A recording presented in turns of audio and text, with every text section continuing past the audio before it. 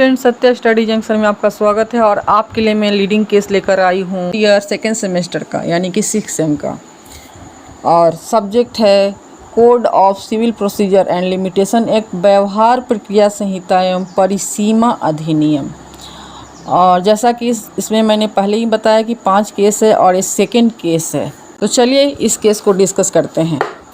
Case है MP Srivastava appellant versus Shrimati Veena respondent उत्तरार्थी।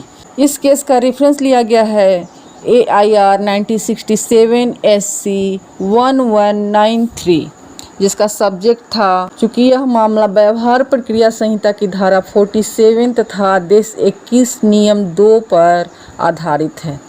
इस केस का फैक्ट ऑफ द केस है, वाद के तथ्य हैं, दोनों पक्षकारों एप्लिएंट एंड रिस्पोंडेंट यानी कि अपीलार्थी तथा उत्तरार्थी का विवाह विशेष विवाह अधिनियम संख्या 43 सन 1954 के अंतर्गत डेट 25 जुलाई 1958 को संपन्न हुआ था तथा इस शादी से एक बच्चे का भी जन्म हुआ था। कुछ दिनों के पश्चात श्रीमती वीना अपने पति का घर छोड़कर अपने मायके चली जाती है। उसके बाद एपिलियंट ने यानी कि MP श्रीवास्तव ने दाम्पत्य अधिकारों के प्रत्यास्थापन हेतु केस दायर करते हैं। यह कहते हुए वो केस दायर करते हैं कि उत्तरार्थी ने यानी कि श्रीमती वीना ने उसे बिना किसी समुचित कारण के छोड़ दिया है, जिसे दिनांक 13 मार्च 1961 को जिला जज द्वारा डिक्री कर दिया जाता है। उत्तरार्थी वीना ने अपीलियंट को पत्र लिखकर उसके साथ पत्नी के रूप में रहने की इच्छा व्यक्त की थी, किंतु अपीलियंट ने उन पत्रों को लेने से इनकार करते हुए वापस कर देता है। अपीलियंट यानी कि MP श्रीवास्तव के परिवार ने यानी कि फैमिली ने उससे उत्तरार्थी को यानी कि वीना को उसके मायके से अपने घर ले आने के लिए समझाने की कोशिश भी करते हैं, किंतु वह बेकार सिद्ध होता है। अंत में उत्तरार्थी यानी कि श्रीमती वीना 21 मई 1961 को एपिलियंट MP श्रीवास्तव के घर स्वयं ही लौट आती है तथा उसके साथ रहने लगती है, किंतु फिर भी एपिलियंट ने उत्तरार्थी द्वारा प्रार्थना किए जाने पर भी दाम्पत्य अधिकारों के प्रत्यास्थापन करने में रुचि नहीं लेता है और वह अरुचि दिखाता है और यह प्रयास असफल रहता है। यह केस ट्रायल कोर्ट यानी कि विचारण न्यायालय में जाता है। तब उत्तरार्थी श्रीमती वीना ने जिला जज दिल्ली के न्यायालय में प्रार्थना पत्र प्रस्तुत करके प्रार्थना करती है कि दिनांक 13 मार्च 1961 को पारित डिक्री की संतुष्टि मान ली जाए। ट्रायल कोर्ट द्वारा डिक्री की संतुष्टि हेतु आदेश पारित कर दिया जाता है। उसके बाद यह केस हाई कोर्ट यानी कि उच्च न्यायालय जाता है। जब अपीलियंट MP श्रीवास्तव द्वारा विचारण न्यायालय के निर्णय के विरुद्ध पंजाब उच्च न्यायालय में अपील प्रस्तुत की जाती है तो इसे निरस्त कर दिया जाता है। उसके पश्चात अपीलियंट ने अधिकार लेख के अंतर्गत अपील की, किंतु वह भी निरस्त कर दी जाती है। उसके बाद यह केस सुप्रीम कोर्ट में जाता है। उसके उपरांत अपीलियंट द्वारा विशेष अनुमति प्राप्त करके उच्च न्यायालय के निर्णय के विरुद्ध उच्चतम न्यायालय में अपील प्रस्तुत करता है। अपीलियंट की ओर से अपील में तर्क प्रस्तुत किया जाता है, जो कि इस प्रकार है।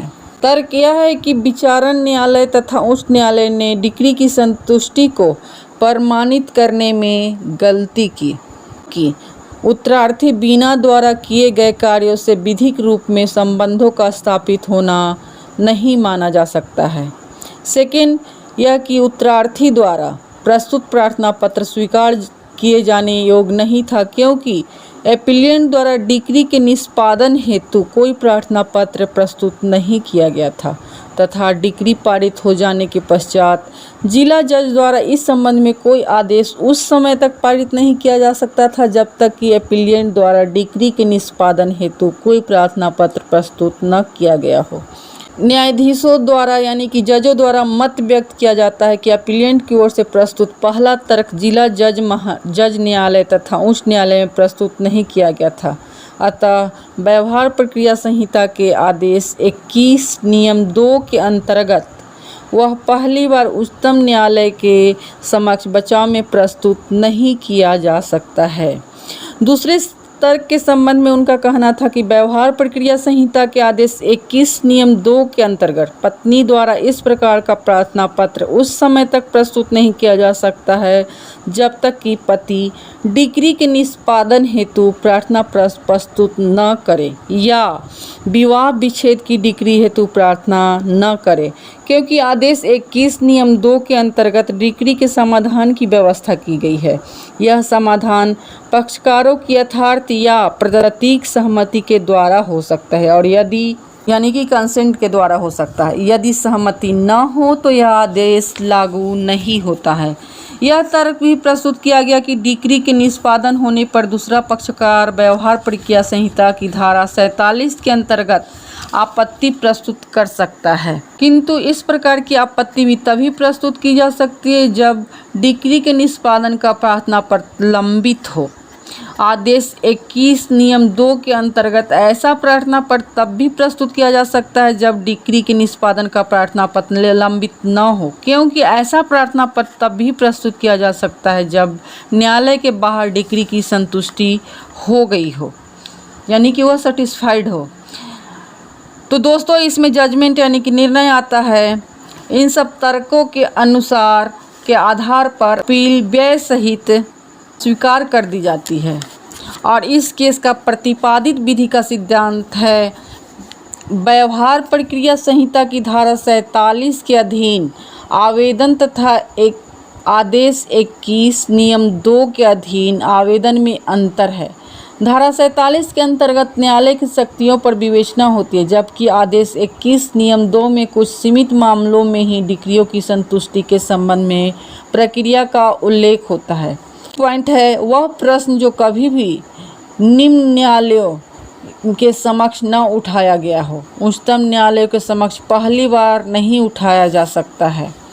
थर्ड है आदेश 21 नियम 2 के प्रावधान उस स्थिति में लागू नहीं होते हैं जबकि पक्षकारों में सहमति नहीं हुई है। तो दोस्तों, यह केस डिस्कशन कैसा लगा कमेंट करके बताएं और अगर केस पसंद आए तो हमारे चैनल को सब्सक्राइब भी करें। मिलते हैं नेक्स्ट वीडियो में, तब तक के लिए बाय बाय।